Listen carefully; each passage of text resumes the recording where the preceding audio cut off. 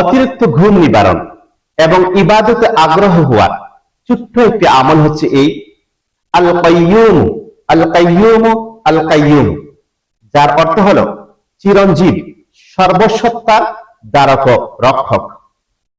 যে ব্যক্তি আল্লাহ তাআলার এই পবিত্র নামটি অধিক পরিমাণে জিকির করবে, আল্লাহ তাআলা তার অলসতা ও অতিরিক্ত ঘুম দূর করে তাকে কর্মঠ ও সচেতন হওয়ার তৌফিক দান করবেন ইনশাআল্লাহ।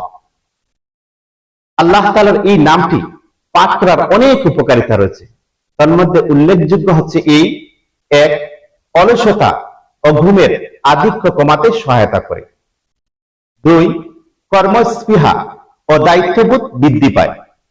তিন, অন্তরে আল্লাহর স্মরণ ও নির্ভরতা দৃঢ় হয়। তাই আমরা বেশি বেশি করে আল্লাহ তাআলার এই মহান নামটি আল কাইয়ুম, আল কাইয়ুম জিকির করার চেষ্টা করব। আল্লাহ রাব্বুল আলামিন সেই তৌফিক দান করুন। আমিন সুম্মা আমিন।